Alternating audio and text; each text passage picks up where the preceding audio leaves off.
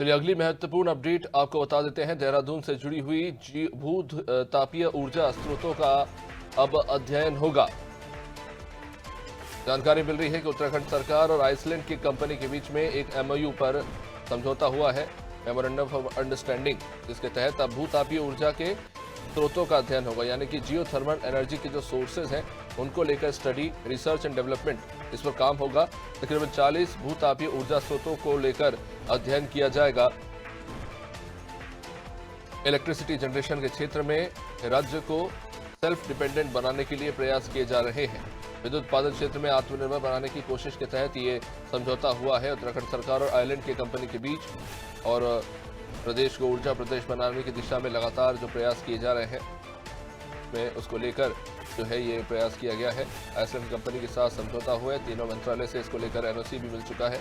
हमारे सहयोगी सोनू इस वक्त हमारे साथ जुड़े हुए हैं। सोनू, जियो थर्मल एनर्जी के जो सोर्सेस हैं उनको लेकर अब एक आइसलैंड की कंपनी यहाँ पर रिसर्च एंड डेवलपमेंट करेगी, क्या कुछ जानकारी? देखिए, ये बहुत महत्वपूर्ण सब्जेक्ट है अभिषेक, चूंकि जो राज्य में केंद्र सरकार का संस्थान है वाडिया भूविज्ञान संस्थान, वो जो उसने और इसके अलावा जो भूवैज्ञानिक सर्वेक्षण संस्थान है उसने ये सरकार को एक प्रस्ताव दिया था, राज्य की सरकार को। राज्य सरकार ने इस पर मंथन किया और जो सीनियर अधिकारी हैं शासन के, उन्होंने कई स्थानों का इसमें अध्ययन करने के बाद ये फाइंड आउट किया कि जो आइसलैंड कंपनी है आइसलैंड की, उसके साथ करार किया जाए और अब इसमें करार हो गया है। और जो जियो थर्मल एनर्जी है इसके स्रोत यहाँ पर वाडिया भूविज्ञान संस्थान के जो वैज्ञानिक उन्होंने अपने शोध में चिन्हित किए हैं और ऐसे 40 स्थान है जहाँ पर इसकी संभावना है। तो अब इस पर अध्ययन होगा और इस दिशा में आगे बढ़ा जाएगा। तो आइसलैंड सरकार इसका खर्च उठाएगी और जब ये अध्ययन होगा और इसमें आगे बढ़ेंगे तो ये देखना होगा तो जियो थर्मल एनर्जी जो है इसका कैसे उपयोग हम कर सकते हैं और कितना समय जो है इसको प्राप्त करने में लगेगा। चूंकि इसके सोर्स जो हैं वो काफी हैं और कई स्थान ऐसे हैं उत्तराखंड के। आप अगर गढ़वाल क्षेत्र की हिमालय से लगे हुए पर्वतों की बात करें तो यहाँ पर है, इसमें उत्तरकाशी है, ये ऐसे इलाके हैं जहाँ पर इसकी संभावना है।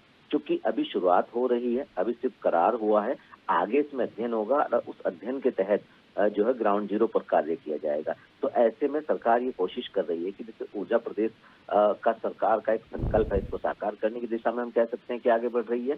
दूसरा जो वैकल्पिक माध्यम है, जैसे जल विद्युत परियोजनाओं से जो विद्युत का उत्पादन हो रहा है अभिषेक, इसमें कुछ ऐसी परियोजनाएं हैं जो पर्यावरण के क्षेत्र में कार्य करने वाले सामाजिक संगठनों ने के विरोध के चलते, जहां पर अभी उनमें केंद्र से एनओसी मिलना बाकी है और सैकड़ों ऐसी मेगावाट की कई परियोजनाएं हैं जिनको को शुरू किया जाना बाकी है। तो उसमें भी लगातार मुख्यमंत्री प्रयास कर रहे हैं, केंद्र से बार बार जब भी उनके प्रधानमंत्री से मुलाकात होती है तो अनुरोध करते हैं। और इसके साथ साथ जो वैकल्पिक हम कह सकते हैं कि व्यवस्था है जैसे जियो थर्मल एनर्जी, इस पर भी सरकार ने अब आगे कदम बढ़ाने शुरू कर दिए और उम्मीद ये की जा रही है कि ये जो प्रयास सरकार कर रही है सफल होंगे और ऊर्जा के क्षेत्र में उत्तराखंड को आत्मनिर्भर बनाने की कोशिशें जो है वो कहीं ना कहीं सफल साबित होंगी आने वाले समय।